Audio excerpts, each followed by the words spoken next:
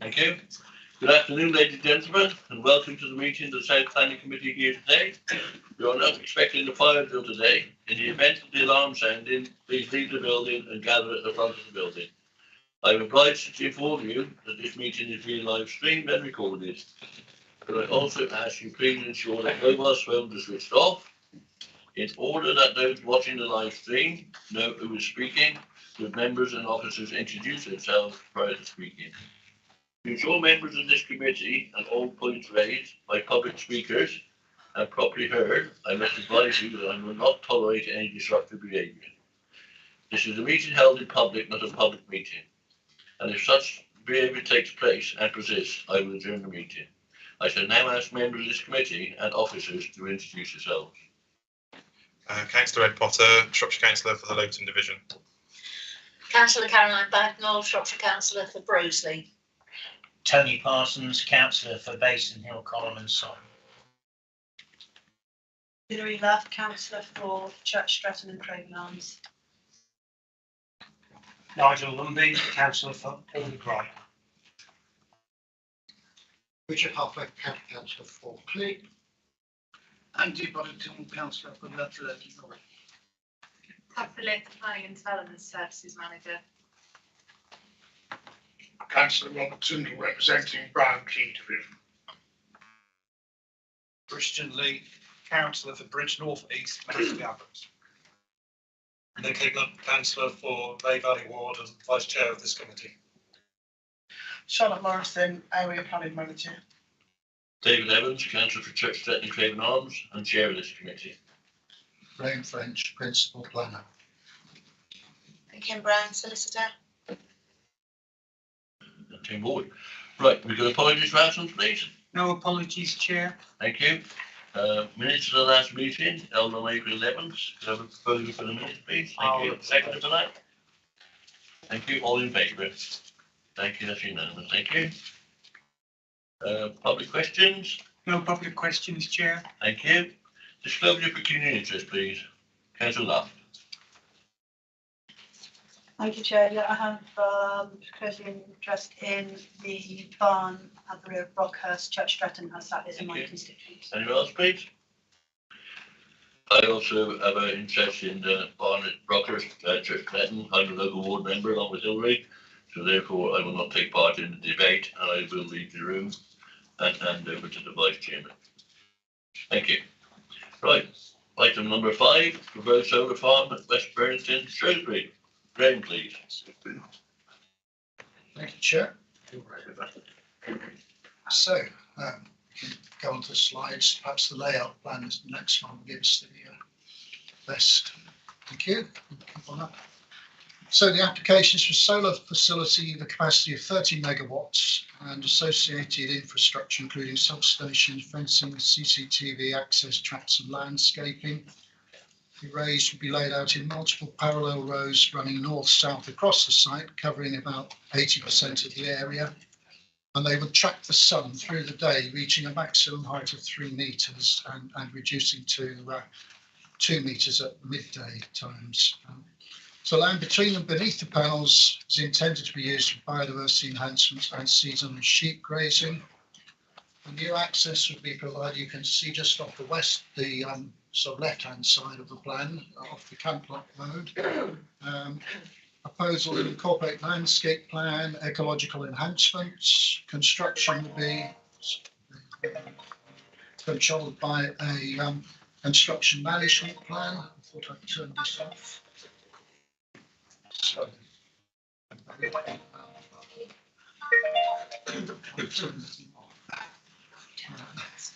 did turn it on. So, beg your pardon. Construction controlled by a construction management plan would take about 6 months to complete. So that would provide enough electricity to supply around 7,000 homes. Operational life of up to 40 years, after which it would be decommissioned and agricultural land reinstated. The site extends to 44 hectares and is located in an area of open countryside to the southwest of the village of Barrington, as members saw on the site visit this morning. So the Parish Council of Barrington has objected on grounds of visual amenity, ecology, loss of agricultural land, No objections from other consultees whose comments are detailed in the report. Councillor Wilde raises detailed objections which are summarised in the report, and I see that a further detailed letter has been circulated to members from Councillor Wilde. We've received 107 objections and 194 letters in support, comments in support at the time of writing of the report. Objections refer to concerns about ecology, visual impact, loss of agricultural land, highway safety and amenity. Supporters refer to the benefits of renewable energy and visual and mitigation measures of the scheme, including landscaping and biodiversity enhancement. So paragraph 158 of the NPPF requires renewable energy applications to be approved if the impacts are or can be made acceptable. Objections are raised to a number of material issues, although there's an absence of objection from technical consultees. 88% of the sites are located on best and most versatile land, and NPPF paragraph 174 requires planning decisions to recognise the economic and other benefits of such land. This doesn't amount to prohibition for solar schemes on such land. However, National Energy Policy Statement EN1 does establish a presumption in favour of using lower grade land where possible and providing justification where a site is located on best and most versatile land. The applicant has provided a justification statement which advises in summary that the site is near to a grid connection. Other land within the holding is not suitable for solar development due to gradient and slope considerations. Companies advise that this is only one of a number of sites in its original portfolio, and it's the only one which has proceeded to the application stage, as the other sites totaling 150 megawatts of energy have had to be abandoned due to an inability in practice to achieve grid connection. So the applicant stated that land elsewhere in the holding is due to come out of higher level stewardship scheme over the next couple of years, and the soil is of sufficient quality to yield agricultural crops. So it's likely that this will happen. However, the landowner can't commit legally to reverting higher level stewardship land back to arable use. This is stated to be due to uncertainty in farming and the need for flexibility. So the company has, however, agreed to set up a fund which would pay an annual amount over the first 5 years towards the cost of bringing other land in the Berrington area back into arable production. This is to be welcomed, and from an officer perspective, it does seem to provide mitigation for the loss of best and most versatile beneath the arrays, when you consider also that arable land will be reverted out of the stewardship scheme over the next couple of years. So in terms of visual impact, the Council's landscape advisor is not objective following amendments to the landscape and visual appraisal. Acknowledged that some local views would be afforded towards the array field, in particular from the hamlet of Cantlock, which sits on elevated land to the south of the site. We went to the public footpath location and we saw that it was the two field areas, the ploughed field at the lower bit and the wheat field at the upper bit towards the horizon from that specific view, and looking towards the western half of the site, with the eastern half being obscured by vegetation. There's another view which is on the route to Cantlock Mill. Unfortunately, because of time, we weren't able to go down the route this morning, but I pointed it out to members from the other viewpoints. There are proposed mitigations. There is planting and standards from the hedgerows on the side of the Cantlock Mill track. Further potential view, I say we saw from the northern end of the site, there are a couple of field openings which the applicant has proposed to fill in with planting, and indeed on the eastern boundary of the sites on the road to Newnham Hall Cottage. So in terms of ecology, there will be a net biodiversity gain of 132.8%. Discussions with the ecology team confirm that mitigation for loss of skylark nesting opportunities will need to be off-site. The applicant proposes a suitably sized area to the immediate north of the site is managed for this purpose. This has been accepted in principle by the ecologists, and the details can be secured through a Section 106 legal agreement. So in conclusion, the applicants amended the scheme to take account of comments received from planning consultees, landscape mitigation strategy refined to achieve significant mitigation. Some localised views still remain, however, particularly from Cantlock and Cantlock Mill. No objection, however, from the council's landscape advisor. Not consider that any residual landscape or visual effects would be sufficiently adverse from an officer perspective, given the absence of objection from the landscape advisor to justify planning refusal, given also the substantial renewable energy benefits of the scheme. Whilst a significant portion of the site's on best and most versatile land, the applicant has provided a statement explaining the choice of site. Likely some land within the holding will revert to arable as it comes out of stewardship. Best and most versatile beneath the array should be reinstated at the end of the 40-year time period. And the applicant's also proposing to fund a fund to promote biodiverse productivity, arable productivity on local land surrounding in Berrington. And this provides some further mitigation for any land lost beneath the arrays during that timescale. Proposals would deliver significant biodiversity net gain overall, effective mitigation for skylark nesting through off-site provision under a 106 agreement. Consider that there is a sustainable renewable energy scheme overall, although the same members did note that there were some residual views which will, inevitably show the site. But if the proposals are compliant overall with the development plan and national policy, then MPPF paragraph 158 requires that they are approved. Now, we have had some further late representations following the publication of the report to committee and the late reps report. I've looked at these and apart from noting the specific comments from Councillor Wild, I consider that the comments raised are not materially different, although they are restating comments that have been referred to previously in the officer report. So I think with that, that's all I want to say at the moment. Thank you, Chair. Thank you. We have speakers on this afternoon. We've got David King, a local resident, speaking against the application. We have 3 minutes to address the committee, sir, and we'd like you to stick to the clock that's now in the corner. Come off on bed when you've got 30 seconds left. Thank you. Thank you. Since time is short, I tend to focus on 2 key areas. My name is David King, and I've had the good fortune to live at Cantlock Mill for 30 years. I should like to thank the committee for taking the time to visit the area this morning. Cantlock Mill has been in existence for more than a century. It's mentioned in the Domesday Book. And the road down to the mill, which is the one that we're concerned about, is council maintained and part of the public highway. This route continues on up to Cantlock, over the Cun Brook, on a council maintained footbridge and up a multi-use track and bridleway.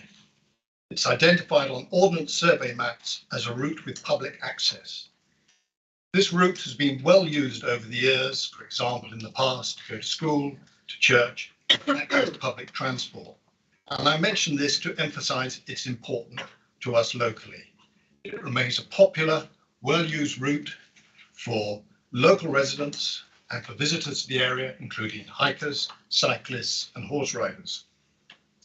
You may have noticed from your visit today the overpowering impact that this solar application will have on the use of this right of way.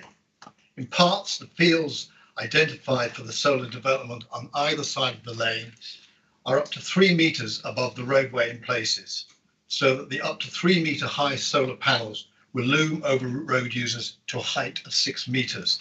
And I believe this will be overbearing and oppressive. This is very difficult to show on maps or in pictures and is best seen with a local visit. Moving on, we certainly need to develop robust renewable energy, but need it be an either-or approach? It should be both. Renewable energy provision and a secure food supply, especially in these times of political uncertainty and a rapidly growing UK population. Look at Bourton Solar Farm, one of 3 others in the immediate area, and only a quarter of a mile away from this proposed development.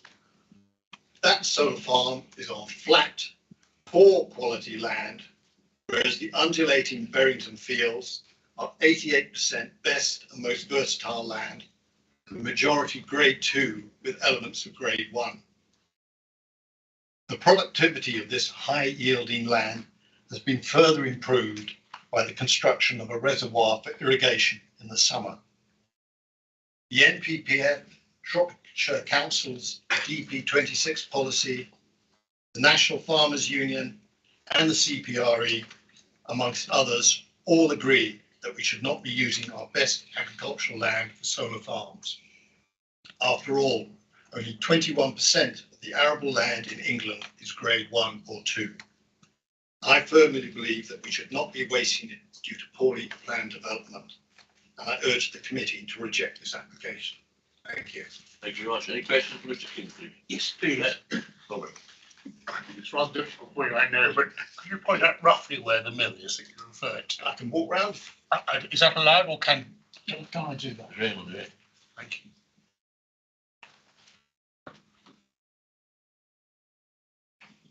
Cantlop Mill here. The route that is referred to is here. There is a footbridge here, and the status of this trackway is designated as a public highway, although it's not passable by vehicular traffic. So there's a kind of pedestrian through route between there and Cantlop. Thank you. Okay, all right, Robert? Yeah, perfect. Thank you very much, sir. Thank you. Thank you. And from Councillor Simon Davis, please. Marcia. I'm going to be speaking Oh, you're today. speaking, I've got right, a okay. dentist All doctor's right. appointment. You have 3 minutes. Do I need to press something? You're right, Dave, you're right. I'm on okay. Yeah, Thank you. you've got 3 minutes, you just keep on the clock, all right? Thank you. Excuse me. Thank you for allowing me to address the planning committee today. I'm speaking on behalf of Berrington Parish Council, who recognises the importance of solar power, and like many here today, supported the 2 other schemes in the very near vicinity of this proposal. Berrywood installation attracted no objections, and Condover installation attracted only 3 objections. This application attracted 107 objections from the settlement of Berrington and Cantlop. At their meeting in November 2022, the Parish Council unanimously objected this application because of the key ecological, nature conservation concerns, inappropriate use of high-grade agricultural land, the limitations on the consultation process, traffic concerns, and the visual impact. And I hope the committee members noted the visual impact, particularly of Cantlop and Cantlop Mill, when visiting the site earlier today. The November meeting was attended by over 60 residents from the impacted communities of Berrington and Cantlop. There were 3 residents from Cross Houses. The applicants have never attended a parish council meeting, and as far as I'm aware, there have been no offers of discussion of meaningful mitigation or community benefit. There's a real sense of disappointment and frustration that the applicants have not felt it necessary to attend the parish council meetings. The applicants sent letters to 45 impacted residents prior to the submission of the application and organised a public meeting. At the meeting, the applicants promised a wide range of mitigation and agreed to share all their reports with the impacted communities prior to the submission of the application. Unfortunately, this never happened. The promises made never materialised. This all goes against the BRE recommendations for good practice and community engagement for large solar developments, and I hope you've had a chance to read my late letter about the extensive range of community engagements, the failures here throughout the application. It appears from the late letters that the applicants have stated that they will not enter into a 105 agreement. How can the application be granted taking 88% of the best and most valued land out of production without significant and substantial mitigation? The parish council are extremely disappointed that promises made to the residents and the planning department and the committee have been reneged upon. To quote Greg Barker, the Minister of Energy and Climate Change in 2013, solar development, but not at any cost, not in any place, and not riding roughshod over the views of the local community. Thank you. Thank you. Any questions, please? Please? Yeah, I'm just slightly alarmed. Applicants are encouraged to enter into negotiations with the community and the parish council in relation to community benefit and other concerns. I just wonder whether, from an officer perspective, is there any particular reason why this has not happened? Because it's of real concern to me. Okay, Obviously, the committee will hear subsequently from the applicants, and I think that they'll be able better than I to actually explain their public process. But there was a public engagement, there was letter notification, and I believe there was an exhibition. So I think that we'll wait to see what the applicants. okay. Thank you very much. Thank you. Councillor Claire Wild, please. Right. 5 minutes, Claire. Thank you very much, Mr. Chairman. Before we start, I'd just like to say that I have consulted legal about me being able to speak at this committee. They have said I do not have a declarable pecuniary interest, but I may have an interest. On that basis, I'm allowed to speak for 5 minutes, and then I shall withdraw from the room and obviously not listen to the debate from here. Thank you, Councillor Wild. So, thank you, Mr. Chairman and committee, for allowing me to speak this afternoon.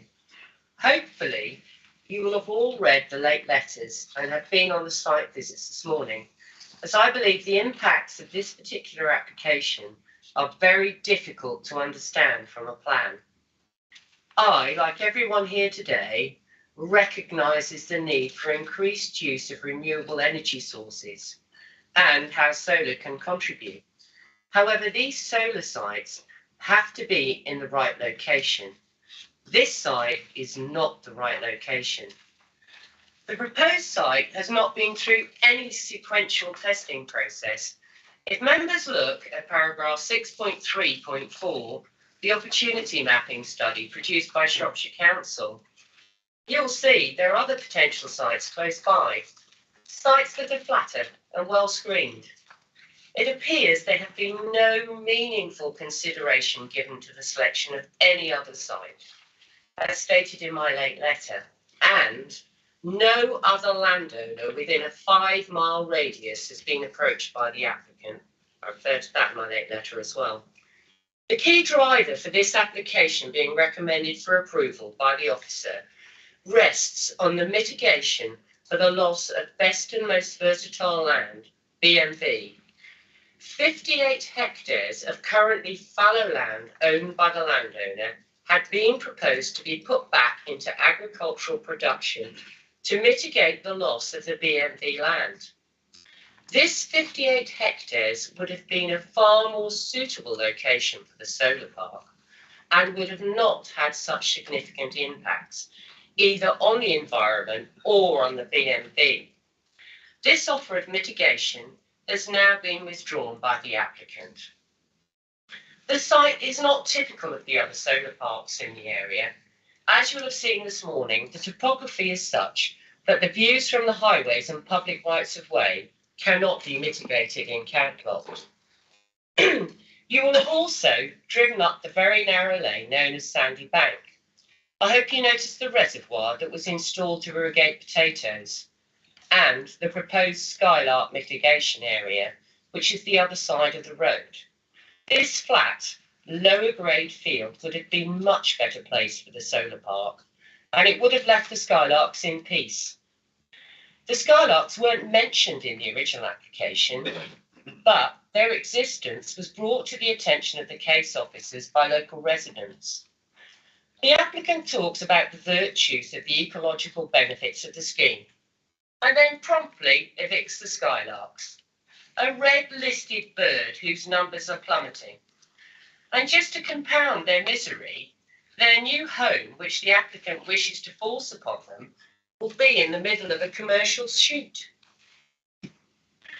Throughout this process, there has never been any meaningful dialogue about mitigation in any form. At the meeting for the residents of Berrington and Cantlock, many promises were made by the applicant.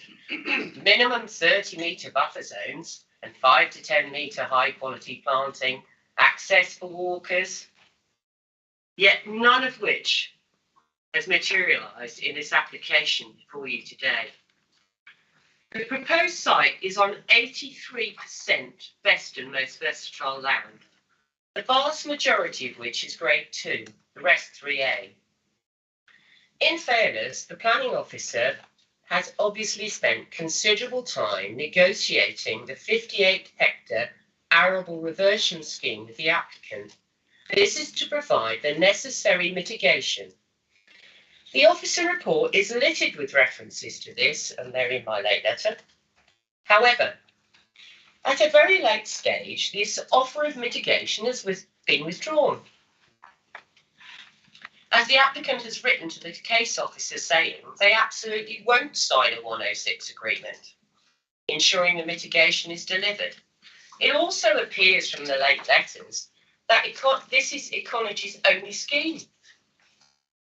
Much has been said about grid connectivity and the farm unit viability.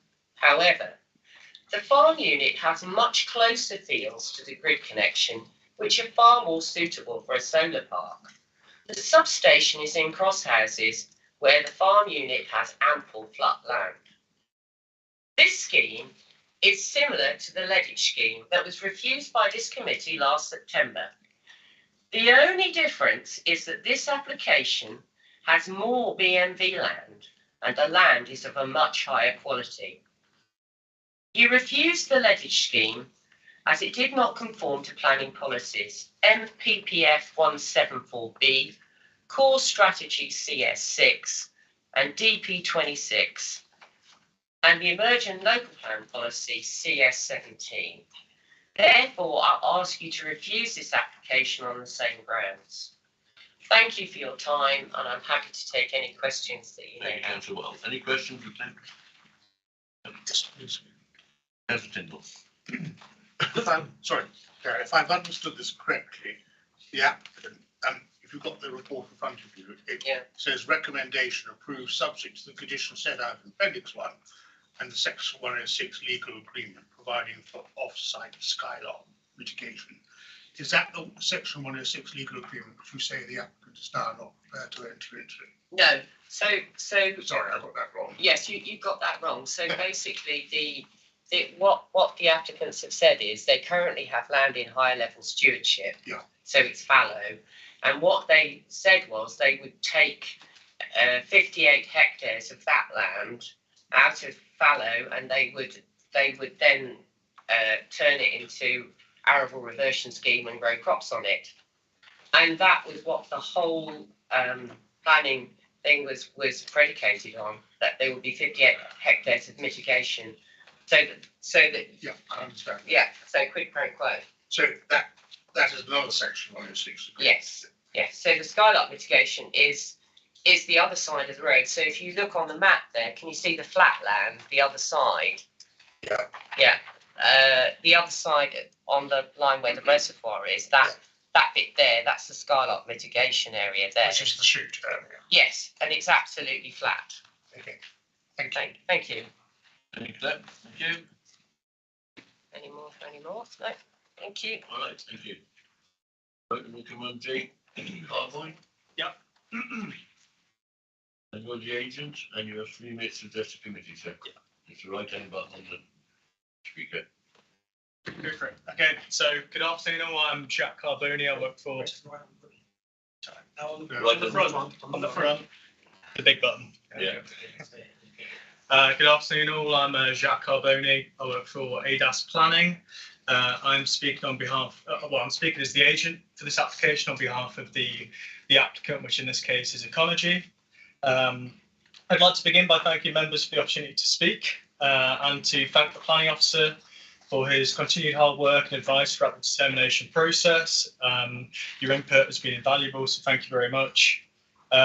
We've worked closely with the planning officer over the past year to carefully address all the issues and have accommodated all necessary and requested changes. The planning officer's report reflects this, and we fully endorse the council's positive recommendation in the report. The solar farm will support Shropshire Council in facilitating the transition to a renewable and low carbon future through the delivery of essential infrastructure. Ecology previously aimed to deliver a pipeline, as Graham said, 150 megawatts of solar infrastructure across the UK. But this has been hindered by significant waiting times for grid connection, often by up to 10 years. In this respect, we're very much up against it in terms of meeting the targets the government have set out. They've asked for 5 times the current provision of solar development in this country by 2035, and we're some way off that right now. While the site comprises of BNV land, the NPPF is clear in stating that it does not automatically exclude full development of said land. The proposal would have a lifespan of 40 years, so it's temporary, and following decommission, the land could be used for arable crop production, should there be a need to. There are also opportunities for grazing on this land beneath the panels, and we're also proposing a trust for agricultural production in parallel to generous community benefits packages. We have worked in partnership with a number of stakeholders and technical consultees during the course of this project, and this has resulted in a range of updates to the original layout plan. This includes off-site replacement skylark habitat directly to the north of the site and within the landowner's wider holdings.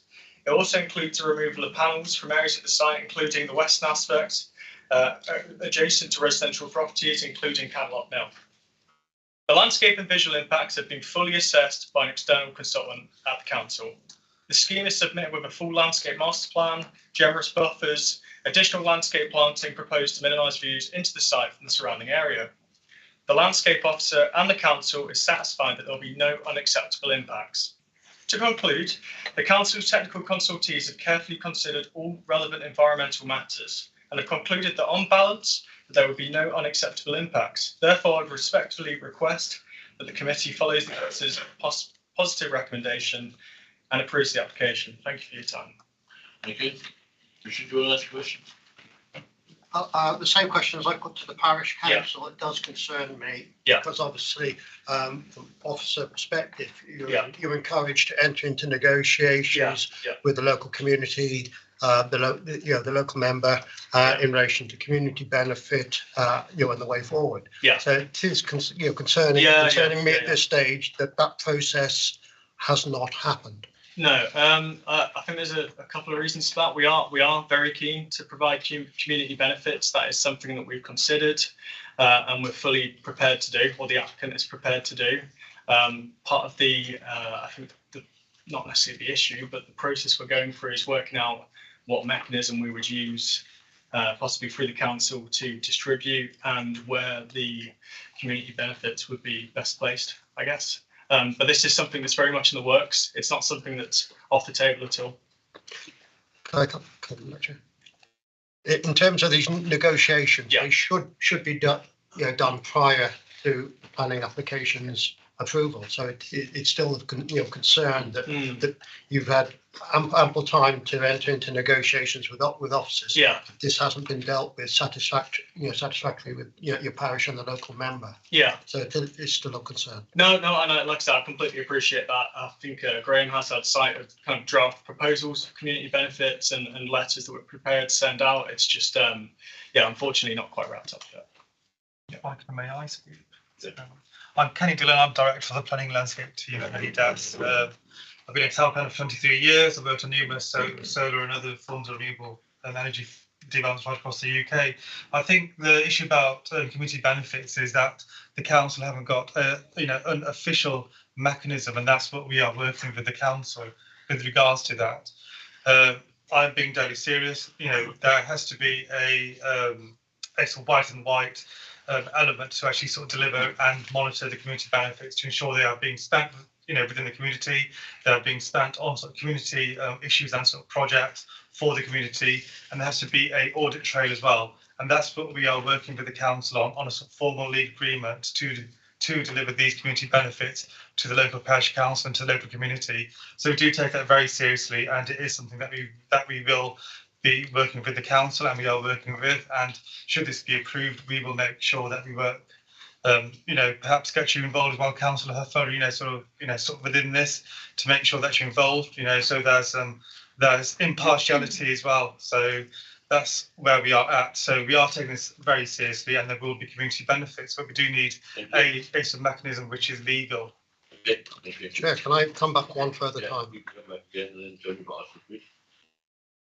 Thank you. The local referred to an application last year at Lettage with a lot of similarities.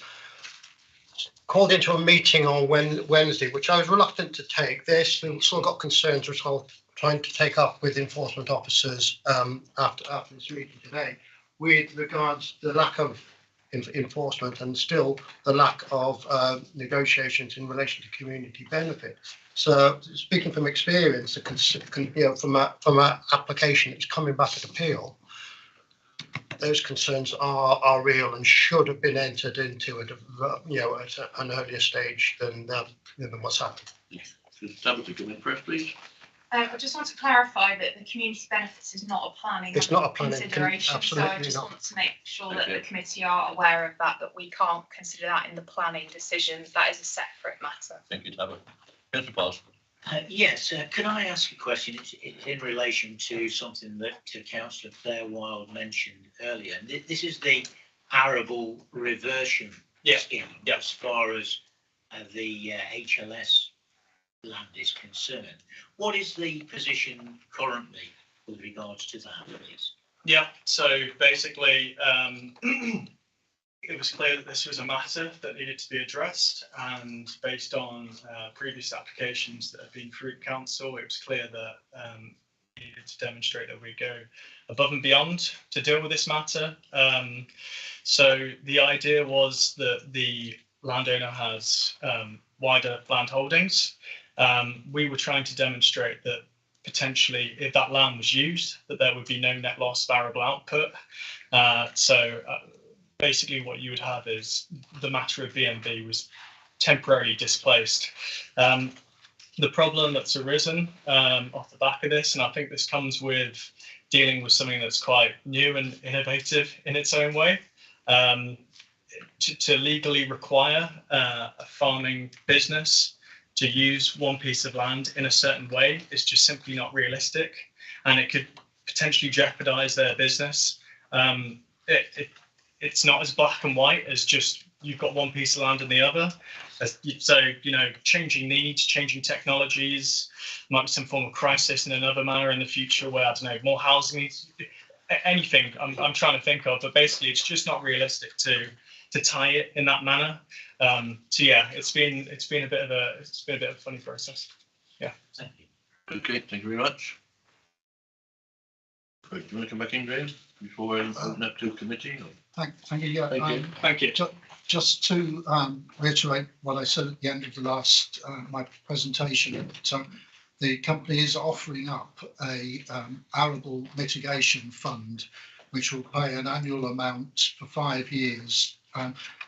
Because of this issue, that it's not possible to legally tie the farming landowner to revert a certain amount of land to substitute and mitigate for the land under the arrays. They have offered this in lieu of that, and they're offering a sum of money every 5 years, which can be used by local farmers in the surrounding area, and hopefully will achieve an equivalent amount of land reversion, albeit not directly from the landowner.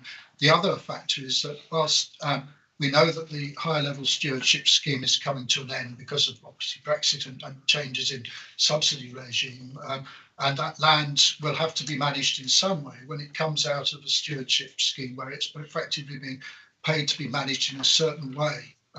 And a lot of the land has been identified as capable of being reverted to an arable use. And so it is the case that it would be feasible for some of that land to revert to arable, and that would be a further mitigation in terms of the food production loss potential of the material of the best and most first type beneath array. So a combination of the probability of arable reversion, albeit not through a legal agreement, once the stewardship scheme expires, plus also this arable reversion fund that the applicant is willing to agree to as a legal agreement requirement.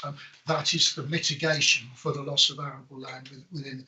Just one final point. The Councillor Wilde referred to policy DP26. In fact, that is policy, the infrastructure policy of the emerging local plan. It isn't yet adopted. We're expecting it may take another year to adopt the plan. There hasn't been challenges to the wording of that policy, and so some weight can be attributed to it, but I caution members that it is nonetheless not yet an adopted policy. But what the policy does say is that there should be a general presumption towards the use of lower quality land in preference to higher quality land. But of course, Shropshire is a rural county and it has a significant amount of high quality arable land. Thank you. Councillor Boddington, please. Thank you, Chair. Just picking up on that point first, I was concerned when I first read this, before we knew that there wasn't going to be a guaranteed transfer of high-level stewardship land into arable. I was concerned thinking about the biodiversity. So we're saying that this site will create 123.5% primary habitat, 76.4 in hedgerow units. But how much do we lose on the HLS by ploughing it up? Ecology has to be a balance. And I was never convinced about that anyway. Because just bringing other land into use, you have to say, well, what do we lose? And if it's in HLS, it is for a public good reason, and very often for ecological reasons. So I'm not convinced about that at all. Just thinking about the planning policy for this and the arguments for and against. As has been stated, that in the emerging local plan and indeed in national guidance, there is a clear presumption against using best and most versatile land. And that applies across planning policies, including solar farms. I'm concerned that losing best and most versatile land could lead to issues with food resilience. And, with more and more solar farms, if they're built on best and most versatile, that could affect our national food resilience, which is already weak and is not particularly strong. So, when we come to sheep, that's agricultural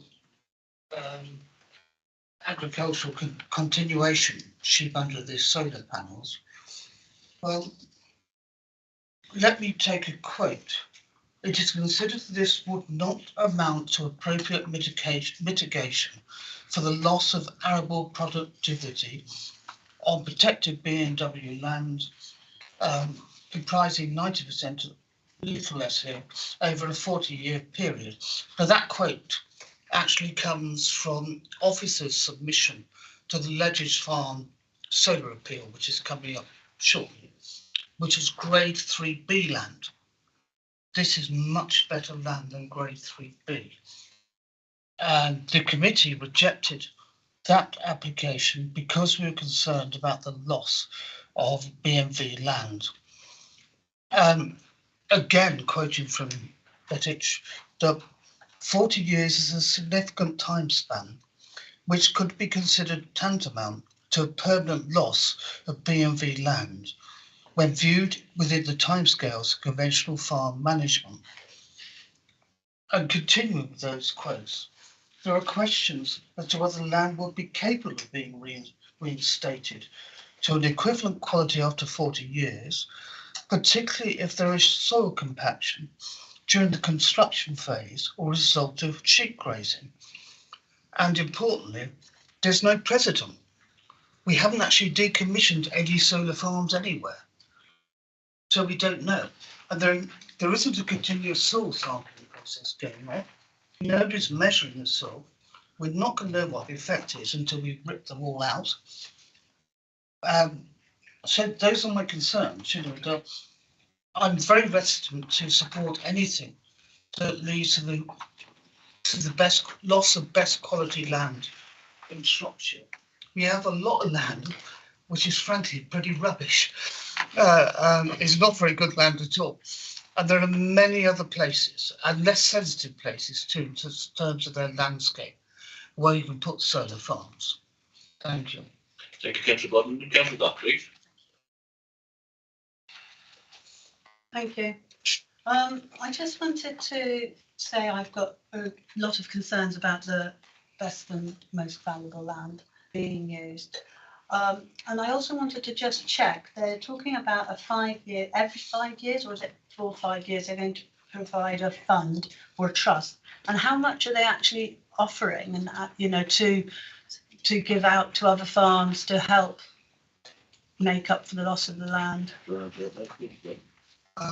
Yeah, the discussions are very hot off the press on this because of the dialogue that I had with the company was last Friday before the actual meeting when this was offered up, because I think that my advice to them was agricultural land, loss of best and most first was a significant material issue for the committee.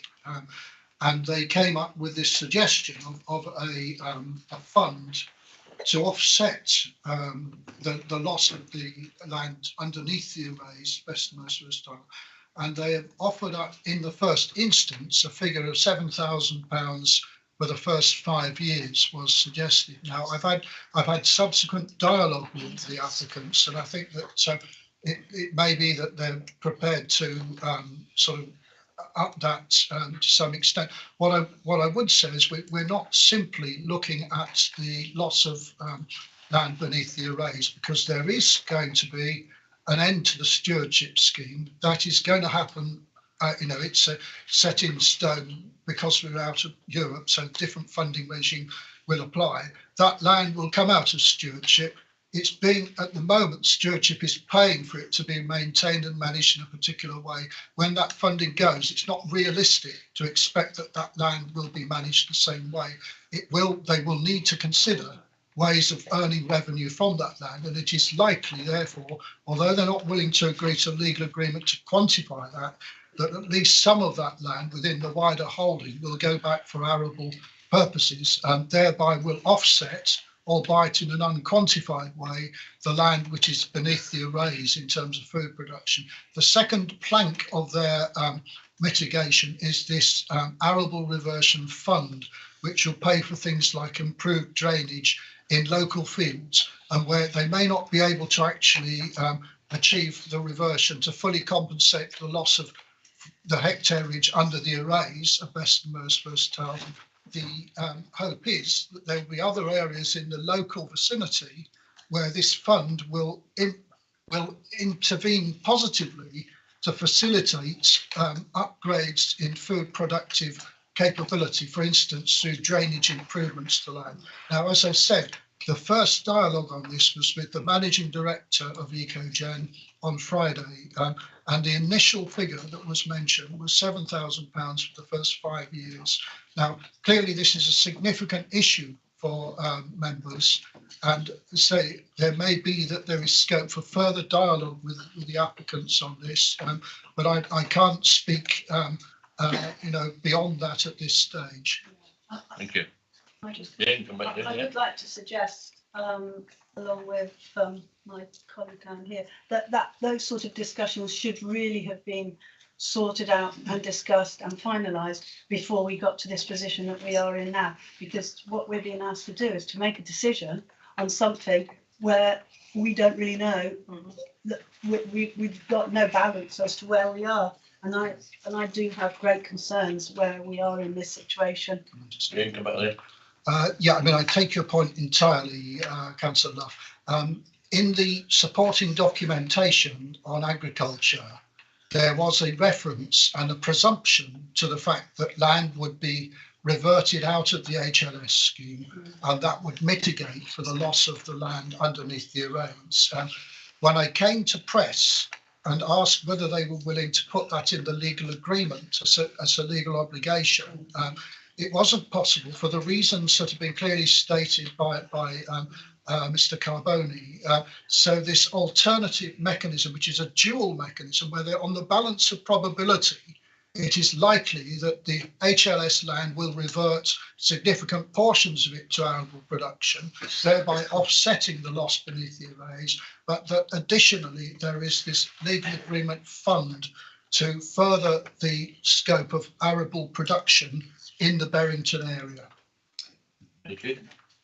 Can we, Yeah, I'd just like to, but that doesn't give us any guarantees, and they did mention that possibly in the future that maybe even housing might be suggested for that area, which, you know, they're very open.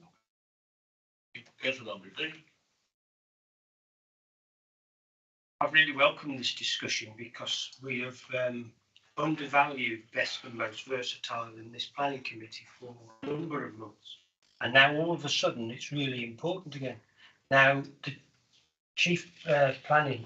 principal planning officer within the early part of the report again came out with the same mantra that B&V is about strategic planning and not applicable to actual planning applications, so says the NPPF and perhaps CS6.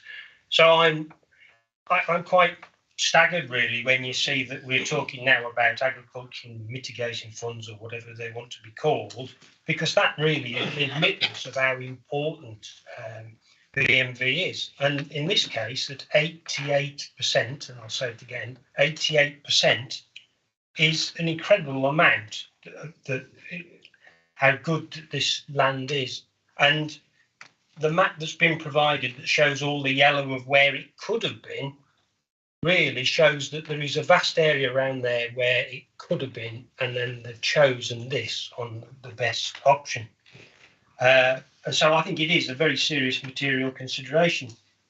With regard to applying for this fund, can the landowner apply to his own fund to get his stewardship land back in? And where will £7,000 go? I know you said that it may be more, but it doesn't inspire me at all with regard to that. So as you can see, I'm not a fan of this. thank you. Councillor Higney, please.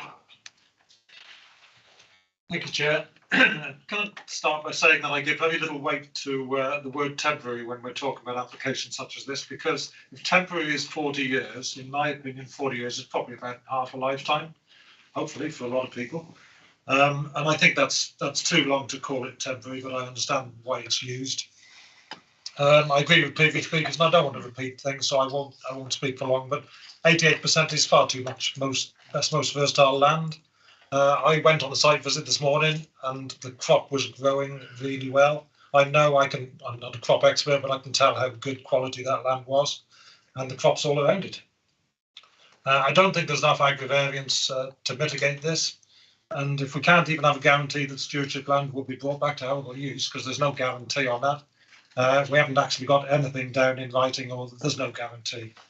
As regards moving the skylark habitat, in the same way that you can lead a horse to water but you can't make it drink, I just don't think that you can put in a nice area that skylarks might like to use and then guarantee that they'll go there. So again, that's another lack of guarantee, especially if they've got to dodge the bullets.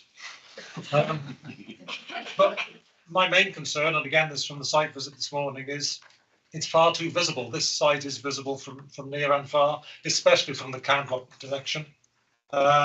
I just don't think the boundary screening will be effective enough. I think it could take years to be effective. So, as with previous speakers, I don't like this site as a solar farm. Thank you. Councillor Parsons, please. Thank you, Chair. I just wanted to pick up on the points that were being made before Nick spoke and gave his sort of view on the situation. I don't think, in terms of best and most versatile land, that we have any precedents. I believe that we hear these applications as individual applications, and we balance up all of the different factors that we see before us in terms of making a decision. I certainly don't feel that Ledwich was a precedent, because I voted to support that scheme. And I believe that the scheme that we dealt with immediately after that at Albrighton had similar high levels of best and most valuable land. So we don't only take a judgment on best and most valuable land. We look at all of the other issues in the equation and deal with it on a single decision. Thank you. Councillor Potter, please. Thank you very much, Chair. It won't surprise the committee to find that if I'm nothing but if not consistent when it comes to solar farm applications and the implication that has on our food security and food production in an agricultural county such as Shropshire. Listening to the debate and the discussions around the mitigation, it seems there's an awful lot of ifs, buts and maybes there. There are no real guarantees. We don't know what the succession will clearly be to the higher level stewardship scheme. The mention of some money that's offered, I don't believe would be an incentive enough to return land, which is probably now got a high ecological value because it's been in the stewardship scheme to arable use. Effectively, you will destroy one highly ecological area in turning it back into arable land at the expense of putting a solar farm on already highly productive land, which is best and most versatile. The arguments around improved ecology I find slightly sceptical. The sheep production last summer, we had a very dry summer. All you have to do is look at the solar farms at Condover, Berrywood and Cantlop to see the impact that the grazing of those lands had in the summer, who stripped the whole area completely clear, and the compaction on that is not insignificant to the quality. 40 years is a long time. It seems almost that this is a short-term fix to a long-term problem. I'm not convinced by this. I'm not convinced by this application at all. I think there are plenty of material planning considerations, and I hope I've listed several of them for us to recommend refusal of this today. I'm happy to elaborate on that with various officers or take legal advice onto what those reasons might be. But I would be happy to move that this afternoon. Thank you, Ed. Councillor Tyndall, please. Thank you. I don't suppose anybody knows what grade the land is that is subject to the high level scheme, do we? Or can we safely assume that it's grade 2, or is that not safe? Come in, please, Ed. Okay. Yeah, the land hasn't actually been subject to same agricultural land classification that was undertaken for the planning. However, we know that it is grade 3 and some of it will be grade 3A, some of it will be grade 3B. The distinction being 3A is best and most versatile. So we have got confirmation from the applicant's soil scientist that the land is capable of producing arable crop when it comes out of stewardship. Can I come back, Chair? Yes, you can, yes. Well, my point is that the grade 3A, let's say it's 3A, for purposes of this discussion, is subject to the high level stewardship scheme, and there must have been a reason why that particular field or fields were eligible for the high level scheme. So why take that out with all the ecological benefits? And I'm repeating slightly where Andy Boddington's comment. Why deprive nature of the ecological benefits that one hopes have accrued during the period it's been in the high level stewardship scheme? And then, if you like, almost wreck the agricultural production of the good grade 2 land underneath which would otherwise be underneath the solar panels. I think it's completely wrong way round. Thank you, Chairman. Thank you. Welcome back, Graham, right?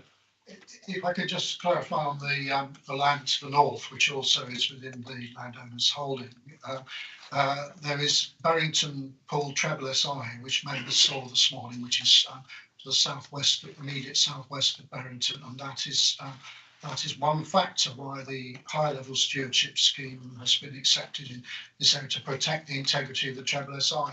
There is other land in the wider holding which is not subject to the HLS scheme, which is simply cattle grazed, that's my understanding.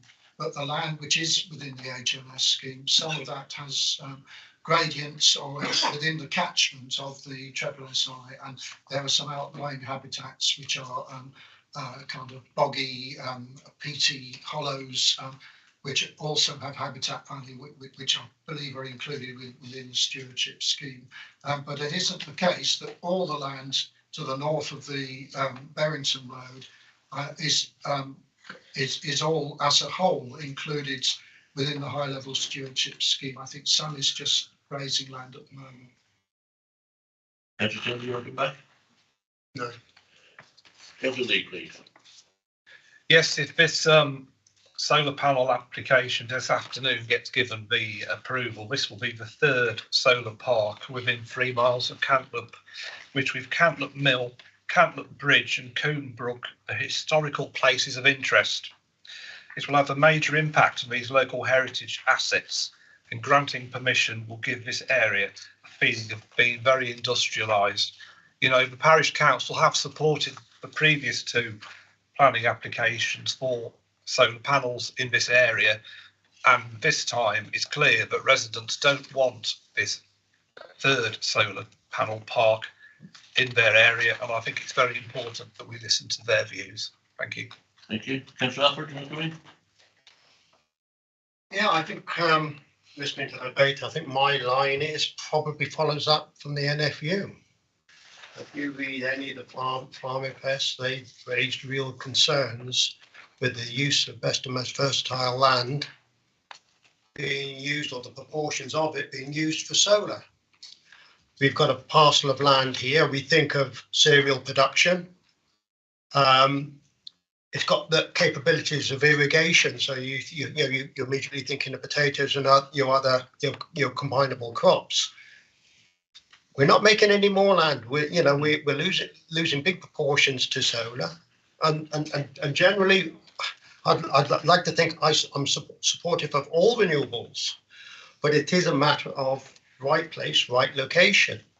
So in this instance, I just feel like I can't support it. You know, we've got to draw a line in the sand somewhere.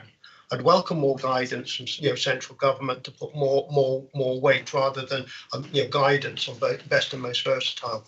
What we've got at the moment is an advisory note to avoid using it, and if you take that as it's being said, that's what we need to do. Councillor Lumley, please. Yes, Councillor Potter's made a proposal, so I'd like to second that proposal, please. He didn't say on what grounds, but do we need them now, or can that be given? I'll just let the other speakers in come in. Oh, right, okay. Okay. Yeah. Councillor Bagdell, please. Thank you. I've got concerns on several levels here. I think, there is a desperate need for renewable energy, and inevitably everybody wants clean energy. Nobody wants it in their backyard, and I absolutely understand that. But I think there are other issues at play here. I think the lack of consultation with local people is very regrettable. I think it might have made the whole process a lot more straightforward had local people been involved from the beginning. It kind of gives them a feeling, I imagine, of them not being important to this, and I think that should be avoided. I think the sum that's been suggested in mitigation for the arable reversion fund is far too small. £7,000 won't go anywhere.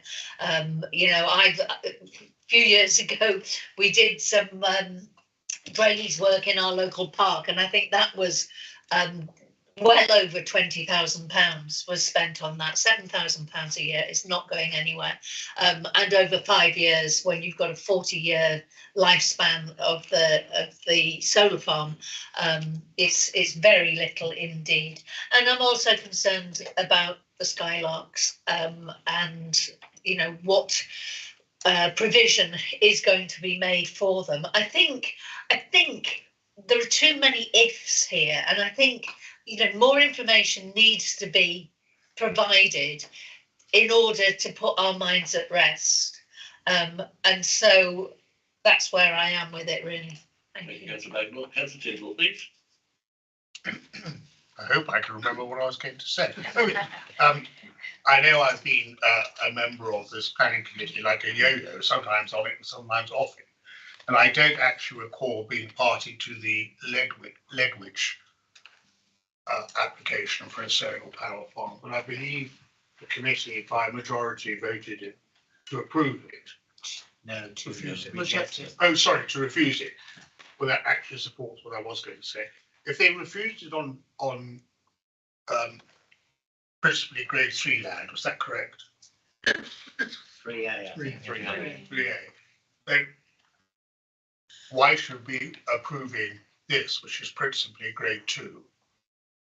It doesn't seem to follow. I know we're not bound by our own precedents, our previous decisions, but there's got to be some sort of commonality with thread to our decision making. So I, for one, will not be supporting the approval of this planning application. All the reasons that have been said, but also on this leverage point as well. Thank you, Chair. Councillor Tindall. Councillor Bob, are you willing to put the proposal, please? Yeah, I'm happy to move refusal on the grounds of the use of best and most versatile land grade 2. The percentage 88.2%. I think we have significant ecological concerns. I don't think the mitigation for the loss of productive arable land is sufficient. I don't think there's any guarantees there. It's all, as I said before, ifs, buts and maybes. I agree with the, although slightly less concerned about the visual impact, but there is a visual impact element to it as well. And I'm happy to any members of the committee to chip in with any other points. But those are my 3 grounds for refusal. Community participation. Yeah, and the lack of. Councillor Longby, you were willing to propose a second, I believe. Second. Yeah. Okay. Kim, is that okay? Use of the animal to ecological Visual impact and the community engagement. Can I just? Yes. In terms of the ecological concern, I would advise members that the council's ecology team are satisfied with the off-site skylark mitigation. So I think if the members have any other evidence that would conflict with the expert advice of the ecology team, and if the application is refused and it goes to appeal, then that is the time. Otherwise, I would caution against an ecological refusal reason, given the professional advice of the ecologist on this. Sorry, can I? You come back in. Yeah, well, I mean, I'm happy to take the advice there. We've obviously, but I do think it would probably be beneficial from a planning committee perspective to go and visit some existing solar farms that have been in place for, Condover and Canlop, the Condover and Berrywood have been there for probably nearly 10 years now, and to see the impact of the lack of ecology that is in the area as a result, I think that would be beneficial to the committee. That's probably a separate issue, but I think from a committee development point of view, I think that would be useful. But in terms of, I think the ecology argument is around the fact that there isn't the guarantee. You know, you've got land that's currently locally in higher level stewardship. There is no guarantee that that land will become arable land. You know, and if it did, it would probably have a negative impact on local ecology, would it not? It's all taken out regardless. HS land will be taken out, regardless. We don't know what's going to follow. There's no guarantee that won't go into a successor scheme that follows. There are no successor schemes. Come back to you. Yeah, and just to say that we have no control over when the subsidy finishes for the HLS scheme. It is up to the applicant, up to the landowner, what happens to the land. We have no control in this committee with any planning scheme. It could go back to arable, or it could be managed in a less intensive way. But it isn't directly related to the consideration of this application. Whatever happens will happen anyway. In a separate context. Robert. Yes, I can't really imagine our new British version of the high-level stewardship scheme going to drive a coach and horses through land that has been set aside under the top tier to improve its ecology I mean, I think the government, if it did that, would be going against everything it said about conservation. As for the skylarks, I honestly don't think that they will necessarily survive very well in a commercial shoot. Having been an ex-shooting man myself, birds do get shot even if they're not legal quarry. So I don't fancy the chances of a skylark in a commercial shoot. Thank you. Well, I wouldn't anyway. Ed, you come back there, please. Yeah, what do you want me to? I'm happy to. If I take advice, if you think the ecology is not something that's worth including, but Strongly advise the ecology reason comes out because I okay, don't. we'll remove the ecology. But I think Could well, I object to that? Sorry. Could I object to that? Yes, I would like. I think we have some grounds on ecology here.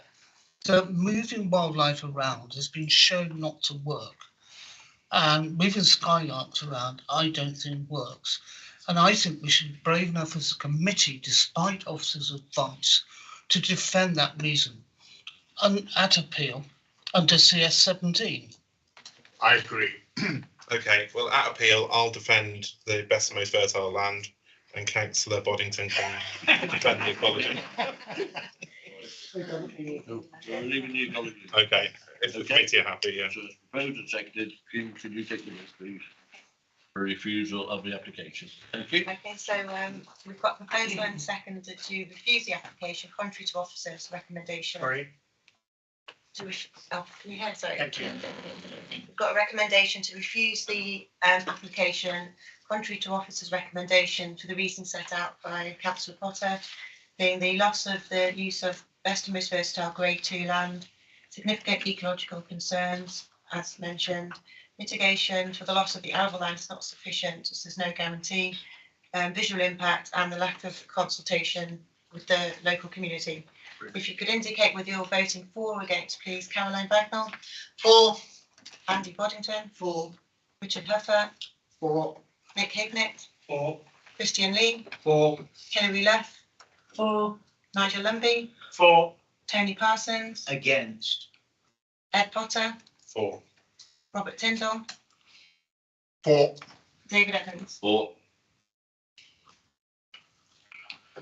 10 for and 1 against. That's Okay, so that's carried for refusal. Right, we now have a comfort break for 5 minutes. Okay. Thank you.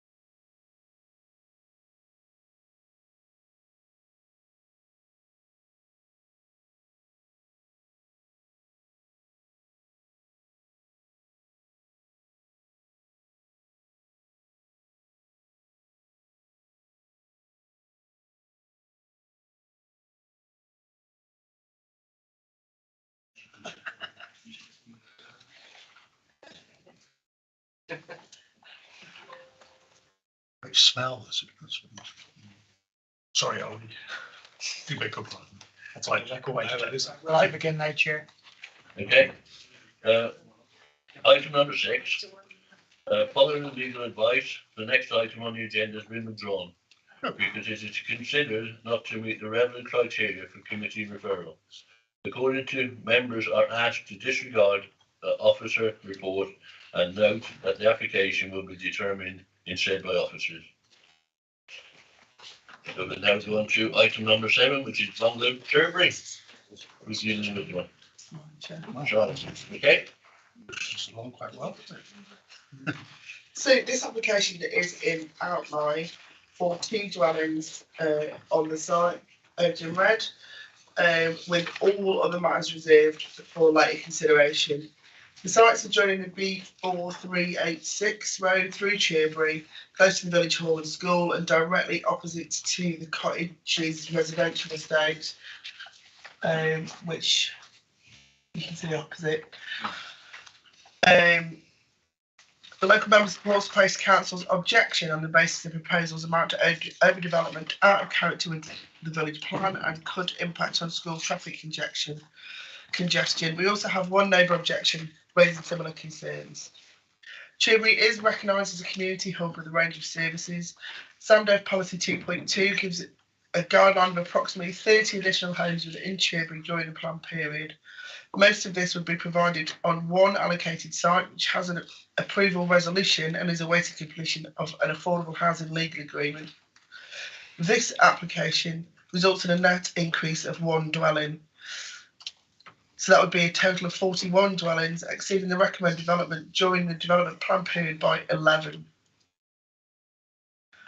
The bungalow is not a heritage asset, it's not within the conservation area. In terms of the design, the layout, scale, appearance and landscaping of the proposed dwellings are reserved matters. There is an indicative plot layout on the next plan, please, Tim. But it's the red edge we're trying to establish for the principle for 2 dwellings, rather than the layout that you see. That's indicative only. So all of the details reserved. I think there's 2 photos of the site, Tim, if you could please. And then one more which will show the neighbouring bungalow. Sorry, which is the one that's going to come down? It's the long wooden one on the left hand side of those. Thank you. So that shows the strength of the frontage. Let's check. Okay. Thank you. There's some speakers on this. We've got Mrs. Mike Coney.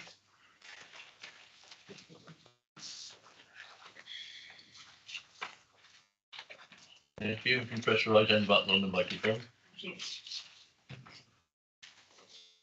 Good afternoon. Thank you very much. You've got 3 minutes to rest in the clock starts. Okay. Thank you. We object to the new build of 2 houses for the following reasons. The 2 new homes will be overbearing for us, as it is going to be taking away all the natural sunlight from us. I'm sorry. Here. As the sun starts at the front of the bungalow and travels around the side towards the back, we are going to be without natural sunlight in our kitchen and living room especially, as the living room window looks directly onto the new build. We have a human right for natural sunlight. The 2 new builds are on an overdevelopment on such a small site.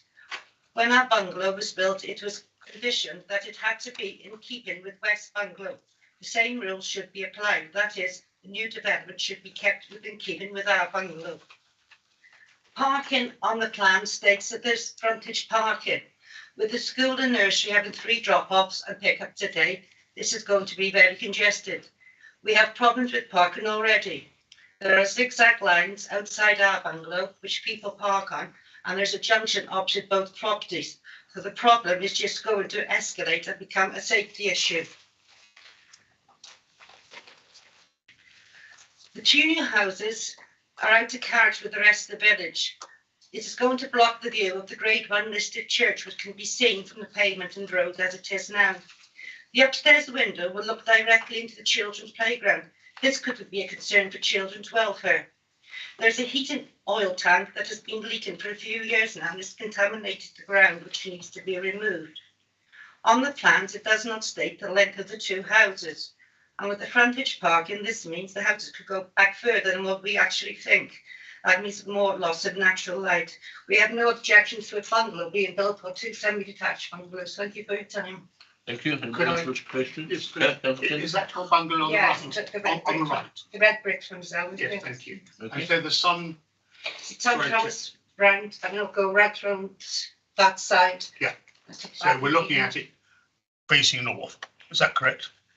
The sun will come down, go down behind the church. The sun will go between as well, between Thank you. the front of the barn. That's the southwest elevation, actually. Yep. Okay, thank you. Thank you. Just needed to be sure. Thank you. Thank you. I call on Councillor Scott Higgins, please.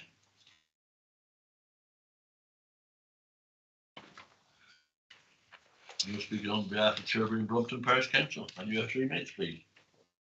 Thank the committee and the chair for allowing us to speak today. The parish council do not consider that this development is in keeping with the parish plan, which calls for smaller housing to meet the local need. In addition, the target for growth in this village has been exceeded with the development of the orchard site. The proposal is not considered to be in keeping with the village design statement and is out of character with the built environment of this historic settlement. The village design statement requires that the boundary to the site is kept in character with the village. The development could be considered as overdevelopment on this small scale site, given the proposal for the two properties of considerable height, which do not fit with the existing street scene. The parish council considers that any property built in this location should reflect the street scene and be single storey. We've been made aware that this was a condition of previous planning permissions in this location. It is further noted that this SE conservation historic environment have stated it is difficult to fully assess the potential impacts with all matters reserved. No supporting statement or assessment have been provided. Concern the indicative scheme could appear cramped and overdeveloped on this constrained site. The Grade 1 listed church setting would be visually impacted by this development, with which neighbours the Shrewsbury conservation area. An open fronted driveway for at least 6 cars has been proposed, and this is a serious highway safety consideration on this busy road. A main road to Churchstoke, Welshpool, Montgomery, Shrewsbury, and villages located on the B4386. A turning area on the site with one exit entrance to the main B4386 would be preferable.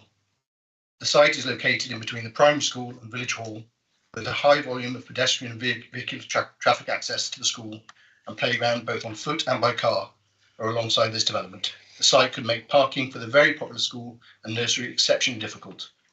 Only one single entrance is needed to keep this existing amenity. The school has limited parking and relies on pick-up and drop-off. Thank you very much. Thank you. Any questions, please? No. Thank you very much. I call on Councillor Heather Kidd, please. The local ward member.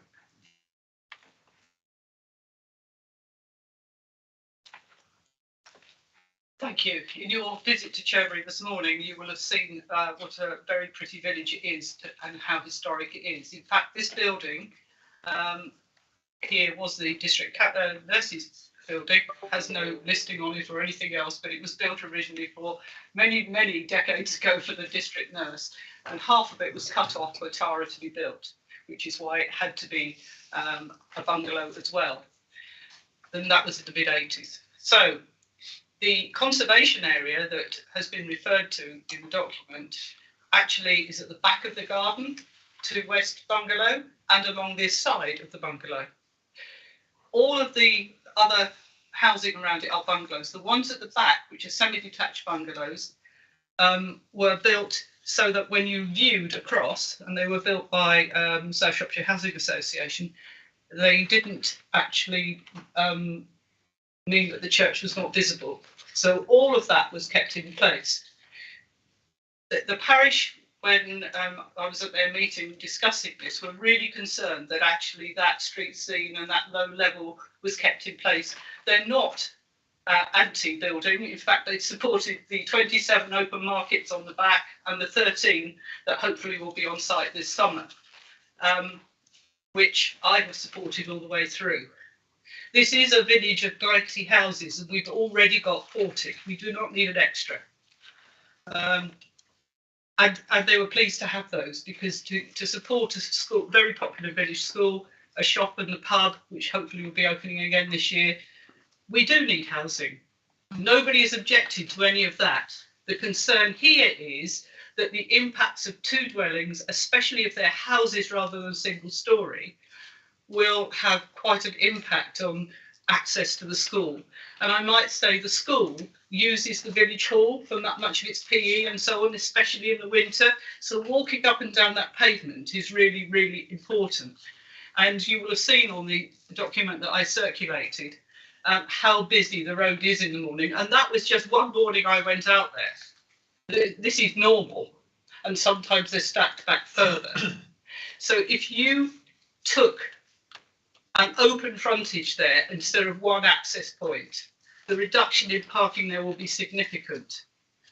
And it will mean more cars will be parking the other side of the road. There's more of a problem with parents and children walking across into the school because access to the school is next to Tara Bungalow. And I might say the school building is Grade 2 listed and was built in 1675. So the way that this is all put in place as a street scene in a historic village, where actually the Earl of Powys was the, well, and still is, the Lord of Shrewsbury, and that's where he came from.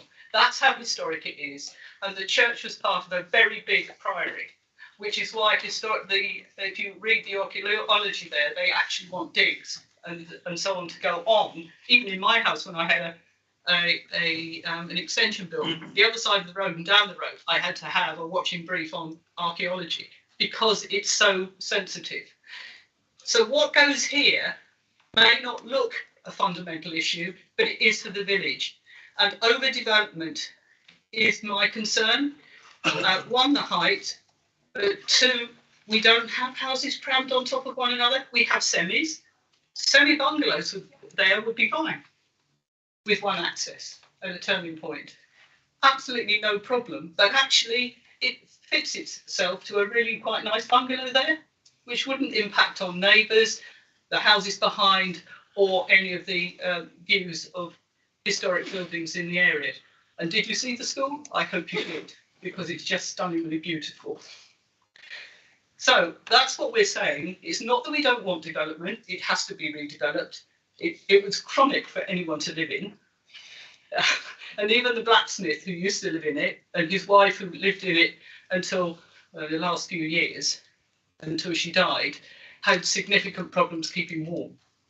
So actually it does need to be knocked down. It does need to be redeveloped, but it needs to be redeveloped sympathetically to fit with the village.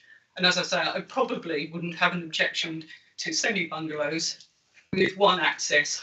I do have an objection to two individual houses crammed together, which is what is the indicative layout. And even if that is allowed, when it comes back to us, we'll get houses that are far too big and will actually impact on the neighbours and the views. Thank you. Thank you. Is there a speed camera there on the boat? No. No. That camera was put in by Abbey Powys Police. It appeared in the village some years ago because Abbey Powys Police were trying to track vehicles coming out of Mid Wales. And because we're right on the border, it was the ideal place. You didn't have to go for planning permission because I went there and tried to find out. And that's what it is. So actually moving that is going to be a significant issue, as is the lamppost, which is run by the parish council, the pole, which is electricity, and the pole in the garden. Okay. So we're not Paul's spot. Any questions, Randall, please? No. Thank you very much. Yeah, can I just ask? Oh, go on. Heather, just wondering, how would you feel if it was 1.5, sort of, how would that still be too high, do you think? I think 1.5, maybe too high. It just depends on the height. And that view for the houses opposite and so on of the church, and it's floodlit at night with LEDs, I might say, is actually part of the whole of the village, and you can see the church from all over. And I know you'll have no right to a view, but actually in historic village, it's quite important. Okay. Actually. Thank you. All right, thank you, Ellen. Now got a letter from Darren Cullen, you gonna read that? Okay. We haven't actually received it. You haven't received it, okay? Do you want to come back and try it? Just to kind of put all that together, it is the current bungalow is clearly, I think we saw at the site visit this morning, in need of extensive work.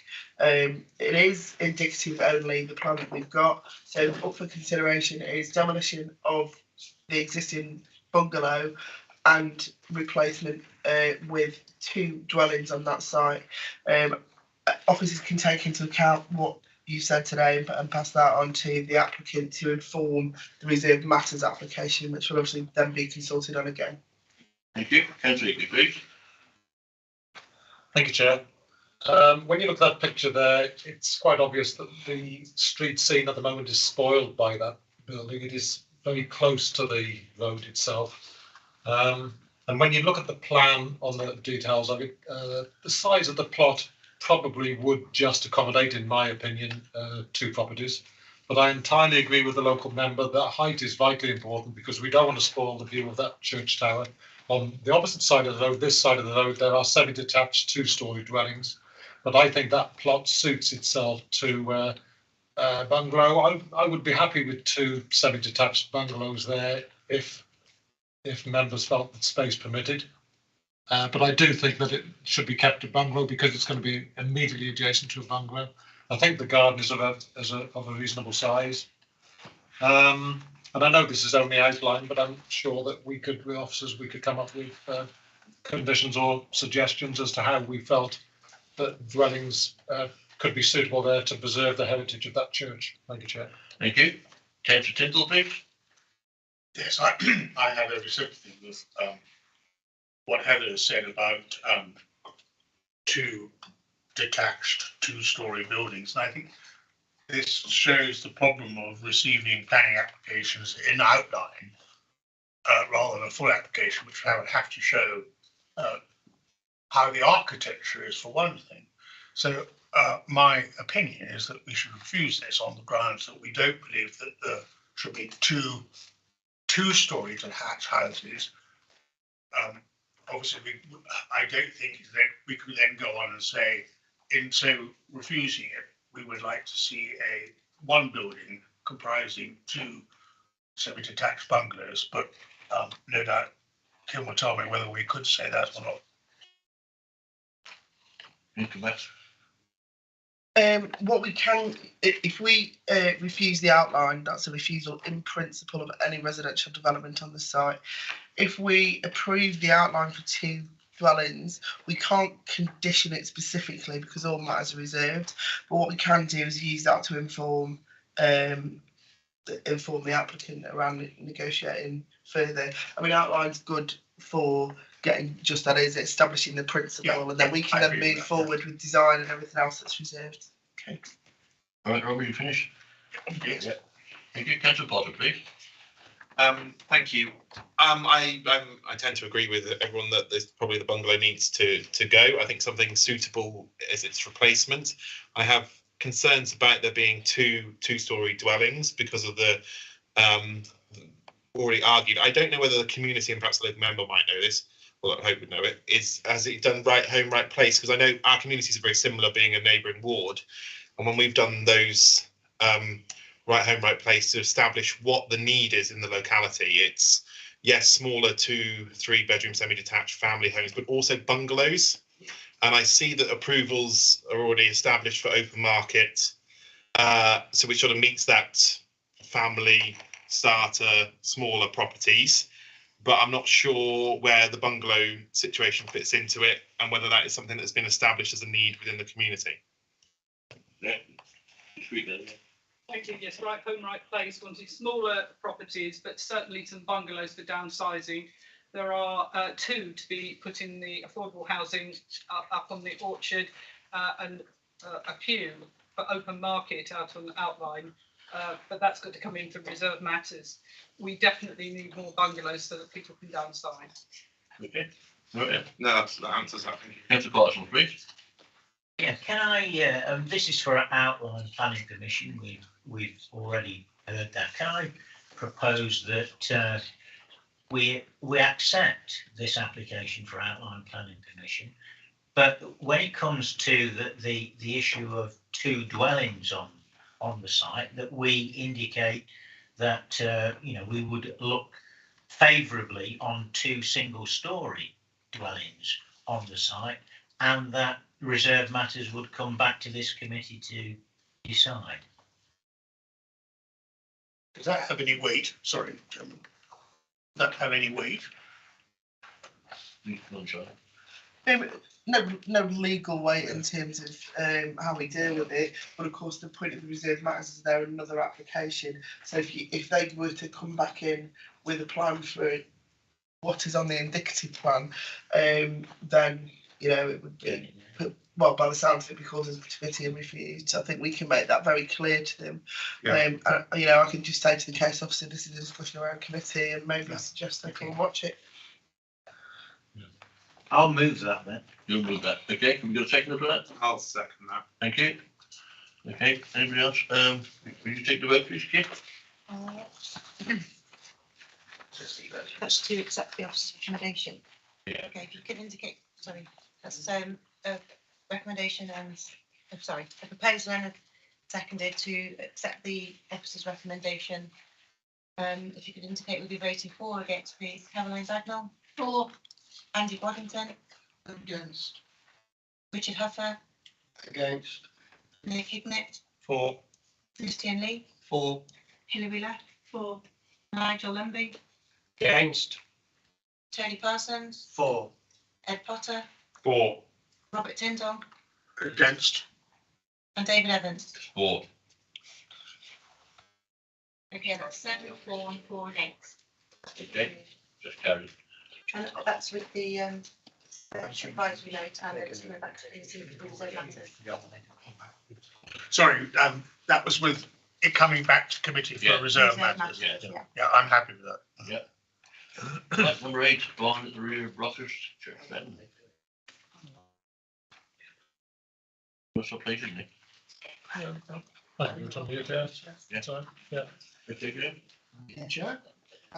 Yeah, so this is proposal to convert an agricultural outbuilding into a 4-bedroom dwelling with installation of packaged treatment plant. It's a resubmission of an application refused last year on the basis that the building is not a heritage asset worthy of retention under Sandev policy MD7A. Proposed detached dwelling that was proposed under that 2022 scheme would detrimentally, detached garage would detrimentally affect the rural amenities of the A1B. The siting of the garage would lead to a less than substantial harm to significance of nearby scheduled ancient monuments. So we saw the setting of the site, we saw the proximity of the ancient monuments. The current application differs in that the proposed triple garage has now been omitted. I don't know if we can see the elevation plans, which are next after that. Is that probably, in fact, that's the existing one. Can we see the proposed elevations now? That's the floor plan. That's the one I want, thank you. So the farm building once supported the main farmhouse at Brockhurst to the north, which has now been converted to 11 flats. We saw quite an attractive building just outside the vegetation screen of this. So the farm buildings are not historical, as we saw there, concrete block work, concrete frame, some kind of ridged steel roof construction. The building is stated in the application supporting documents to have a current storage use. The conservation officer advised that the building is not a heritage asset worthy of retention, as with the 2022 response, therefore would not accord with policy MD7A of Sandev. Church Stretton Town Council objects on the basis that the building is outside the town development boundary, represents isolated development within the OMB, and is close to a heritage asset. Stretton Civic Society also object on a similar basis. 4 comments received from neighbours generally in support. They advised that the building would not increase in size, but the appearance and outlook would improve. Though close attention would be needed to landscaping and lighting. So Brockhurst lies outside any development boundary. It's therefore open countryside where the principle of a new open market dwelling would conflict with core strategy policy CS5 and related SAMDO policies. Policy MD7A states in the case of open market residential conversions, which require planning permission, the conversion of buildings to open market use will only be acceptable where the building is of a design and form which is of merit for its heritage/landscape value. SC Conservation have advised building is not a heritage asset. Location is also not considered to be sustainable as it's outside of any development boundary and is not served by public transport, and is, as we saw this one, is some distance, albeit within an easy vehicle ride from the nearest community facilities, which are at Church Stretton. So the planning statement refers to permitted development rights for conversion of agricultural buildings to residential under what's called Class Q of the permitted development order.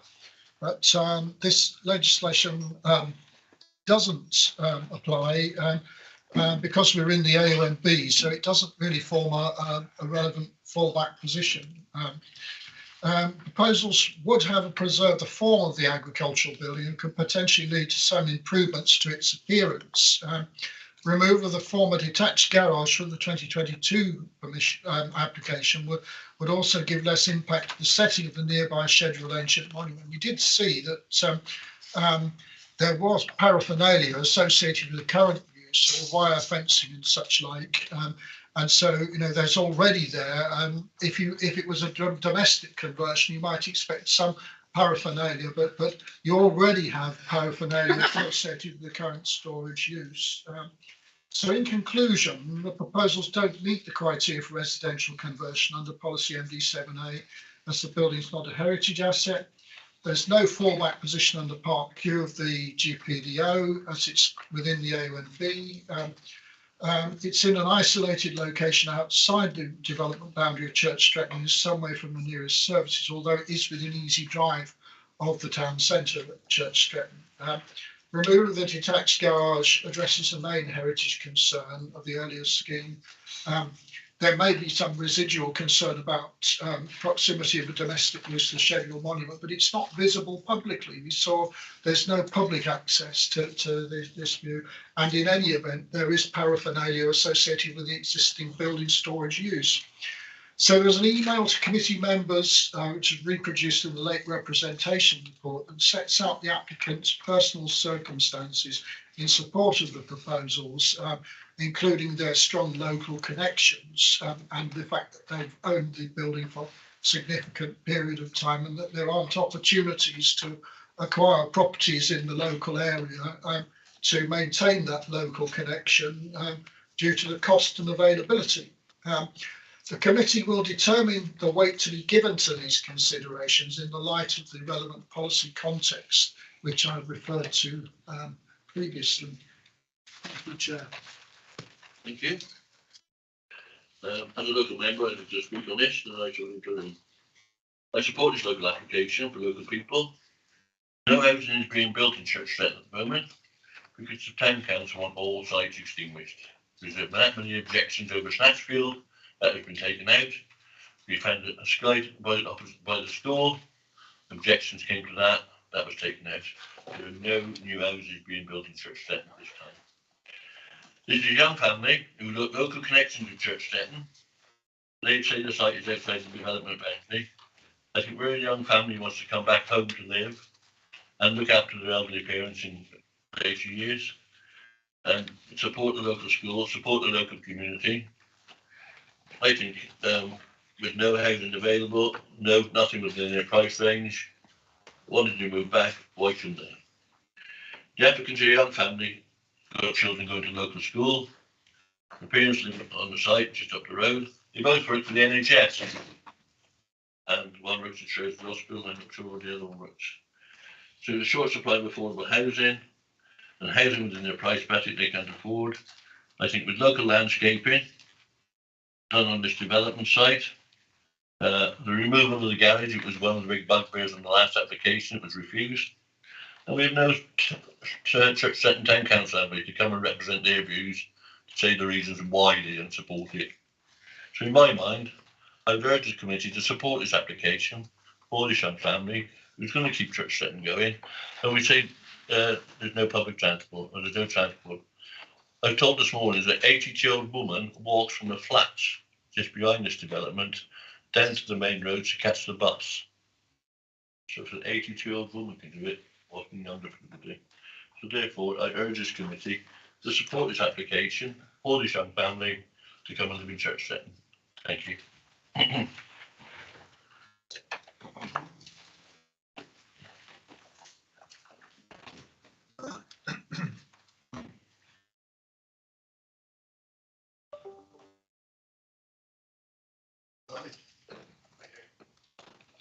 Okay, thank you. So I open it to members for debate. Councillor Tyndall. Councillor, you do have one more speaker. Oh, I beg your pardon. Oh, yes. Oh, sorry, I didn't mean to forget you. Can I come Yes, please. My apologies.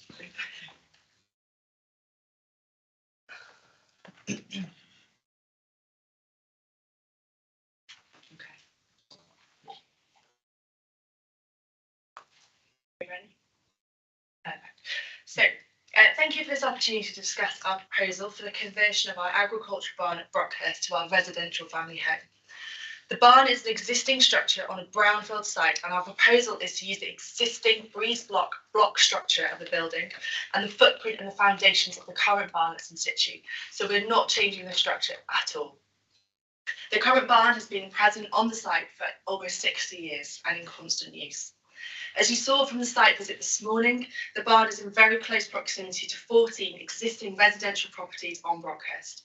One of these properties is a converted barn that had planning granted in 1999, and like our proposal, it used the existing structure and footprint as well.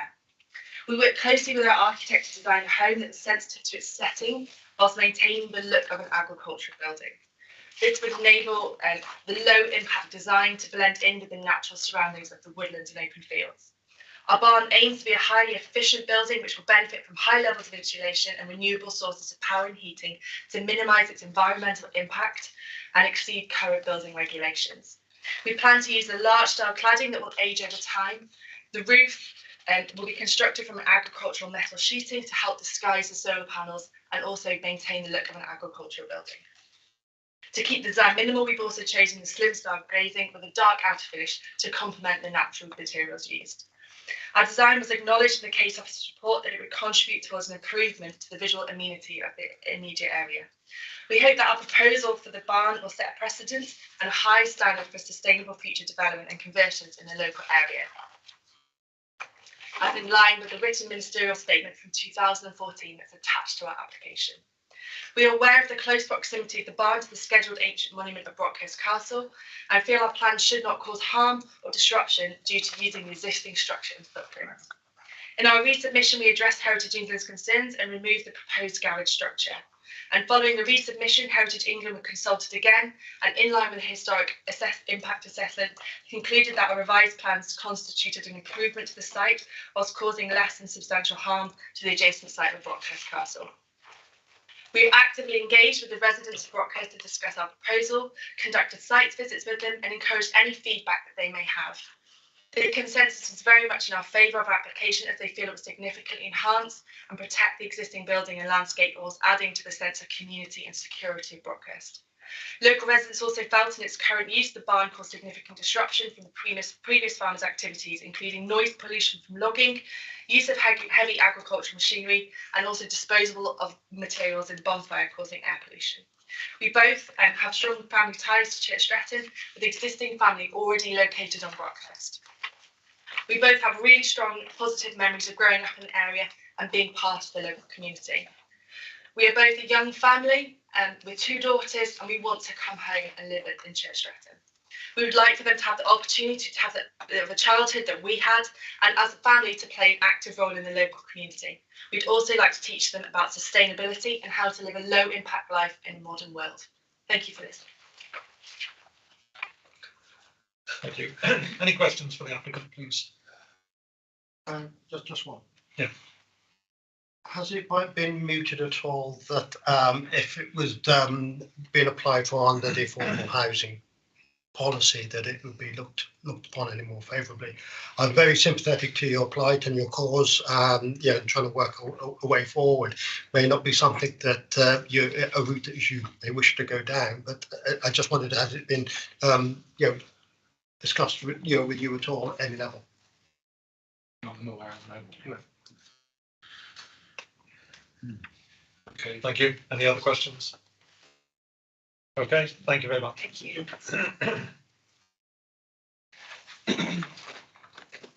Now I open it to debate for members. Please, Councillor Tyndall. Is that me? Oh, Yes, nodding off. I wasn't nodding off. I didn't know I'd asked to speak. Oh, I thought you had. No, but I will speak. I will speak. Okay. I recall us giving permission for a conversion of what can only be described as a modern barn. I think it was on the Bridge North Ludlow Road, quite near Clee Stanton, and it was probably even less suitable architecturally than this building. I think it's one of these occasions when we need to make a decision that perhaps isn't entirely in accordance with a strict interpretation of policy. I have every sympathy with the need to reuse this building. I'm assuming that it's agriculturally redundant. Would that be a fair comment? Yes. Yeah. In which case, I would very much like my fellow members of the committee to think favourably on this application. I won't say any more than that. Councillor Parsons. Yeah, thanks, Chair. It was really important, I think, to see this site this morning and what it is currently, and what it might be.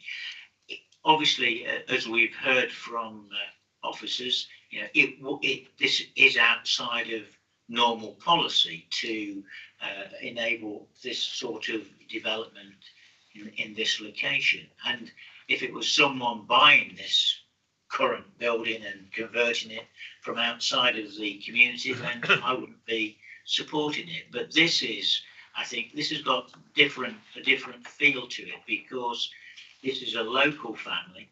There isn't, as we've heard from David Evans, there isn't really the property, certainly that's of any sort of affordability within Church Stretton for a young family to look to purchase. This building doesn't look great at the present time. It will only look better by what is being proposed here. And it won't affect the historical monument, because there is, as we found out today, there is no public access to that historical monument for someone to be on it and looking at this particular property. The only way around is the other way around. The people in the property can look at the historical monument. So in my book, I would support this application on the grounds that this is a local family and it's an exception to our policy, which I would be prepared to support. Thank you. Any other members wanted to speak? Councillor Potter. Thank you, Chair. I went to school in Church Stretton and familiar with the town and work locally. And I think if we have a young family that wants to move to the community, or, well, not move to the community, but to remain part of the community, we should probably be snapping their hands off. The school numbers have dwindled significantly over recent years. And there is a rather rude joke that goes around about the businesses that survive in Church Stretton because of the demographic that uses them.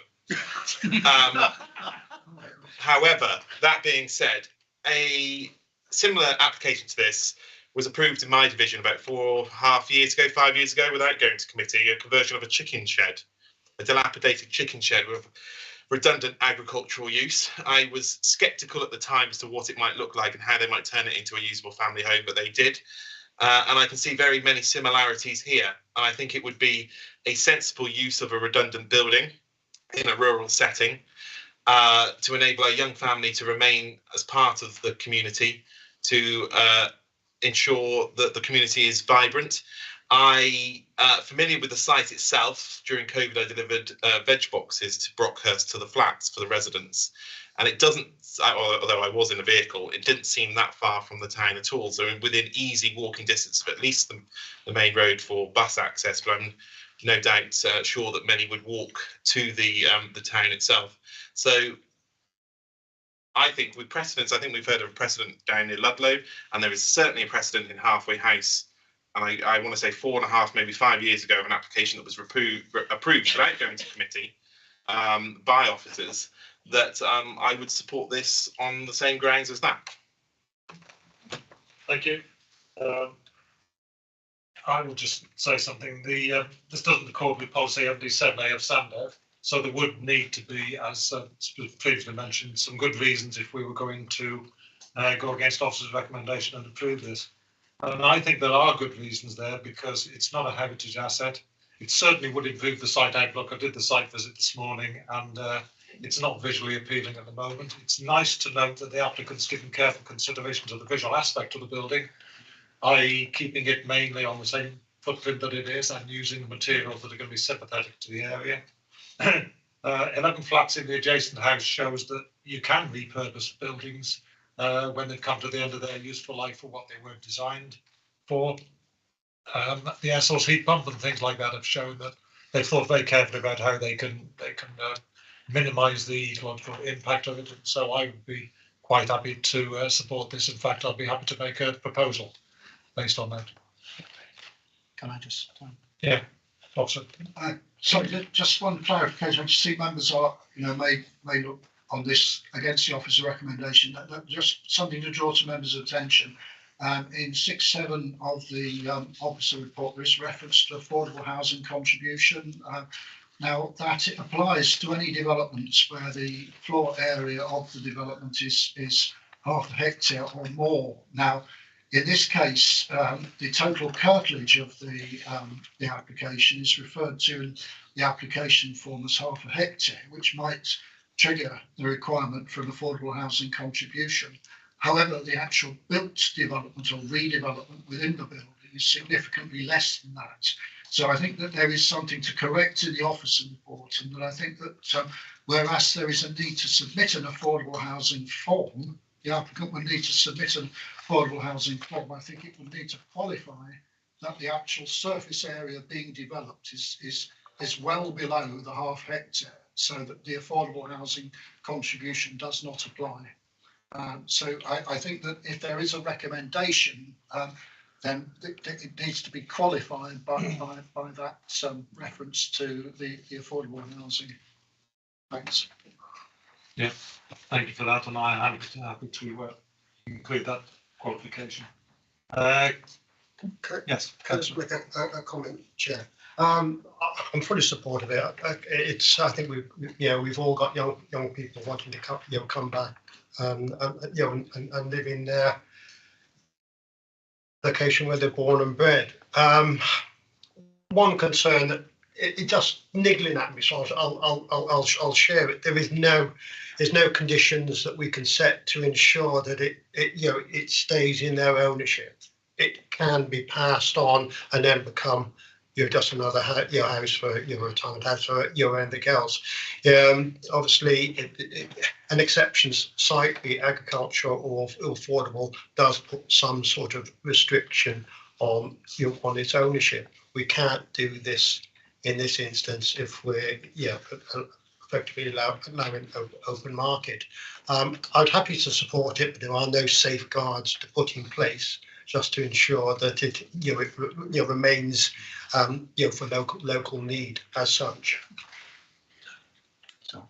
Councillor Lumbie, did you want to come in? No, you're okay. Graham. Yeah, I think that is correct. That it is the application is for a conversion to an open market residential property. If it were to be fettered, restricted, as it were, then it would not be the application before members. If the applicant had intended to request that it was an affordable property under the rural exceptions policy, then that would be a kind of different application, be tested in a different way. I think in this case, members see there's a strong local connection. The applicant specifically chosen to apply for an open market property so that the property isn't fettered in the future. If members are minded to go with sort of to support the scheme, then I would request that officers are provided with delegated authority to produce a standard list of planning conditions regarding surface treatments and specifications for the conversion works. Okay, thank you, Graham. So I would agree with that. And do I have a seconder, please, for my proposal? Thank you. Councillor Parsons to second. Yeah, sorry, can I just add? Right? Yes, carry on. My colleague has just mentioned that one of those standard conditions would be to remove permitted development rights to undertake further extensions to the property. The justification for that is that we are within the visual envelope of a heritage property, and also that there has been an attempt, successful attempt by the applicants to retain the physical sense of an agricultural barn, and in this countryside location that is appropriate. So we would ask that members accept the addition of a permitted development right removal condition as part of the schedule of conditions. Yeah, I understand that. Councillor Temple. Yes, I think that's understandable, but I believe I'm incorrect. I'm saying this might be the benefit of the actors. The withdrawal of permitted development rights does not mean necessarily that they'll never get planning permission for an extension. It just means they don't have the right to do it without further application. Is that correct? Absolutely correct, yes. Thank you. Okay. So unless any other members want to say anything, we're happy to go to the vote on that basis. Okay. Okay, so we've got a proposal and that's been seconded to approve the application with a delegated authority to officers to apply appropriate conditions, which would include the removal of PD rights and also the consideration of a Section 106 agreement should the development be over half a hectare. Yeah, no, I think we're saying that it doesn't require it, but that the applicant should submit a form to Affordable Housing to confirm that the footprint is below half a hectare. Yeah, but if it isn't, then it would be subject. Yep, it's not. It's not. Okay. Meaning the footprint of the house. Yes. Yeah. Yeah. Okay. So if you could indicate when you're voting. Big house. For or against, please. Caroline Dagnall. For. Andy Boddington. For. Is that for? For. For, yeah. Richard Huffer. For. Christian Lee. For. Nigel Lumby. Against. Tony Parsons. For. Ed Potter. For. Robert Tyndall. For. And Nick Hignett. For. Okay, that's 8 for and 1 against. Thank you. Get the chair back here.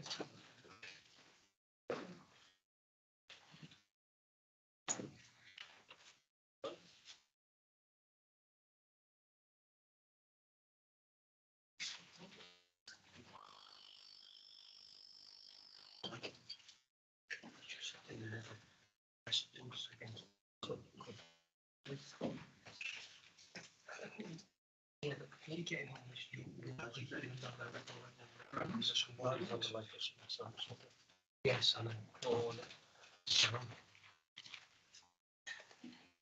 Right, thank you, Nick. We're now going to item number 9, schedule appeals and appeal decisions. Who wants to take that one? Yeah, I mean, members will have seen the schedule of appeals. There isn't really anything of significant note that I would want to draw to members' attention. There have been a couple of ones that have gone against us on this occasion, but I think that they're quite finely balanced issues. So I wouldn't really want to delay committee in dealing with them. Thank you. Okay, thank you, Graham. Right, we go to item number 10, which is exclusion of public and press. To consider the resolution under section 108 in the Local Government Act 1972 that proceeding in relation to the following items shall not be conducted in public on the grounds involved that unlikely disclosure of exempt information as defined by the provision in Schedule 12A of the Act. So could I have a proposal, please, for exclusion of public and press? I'm happy to propose. Second.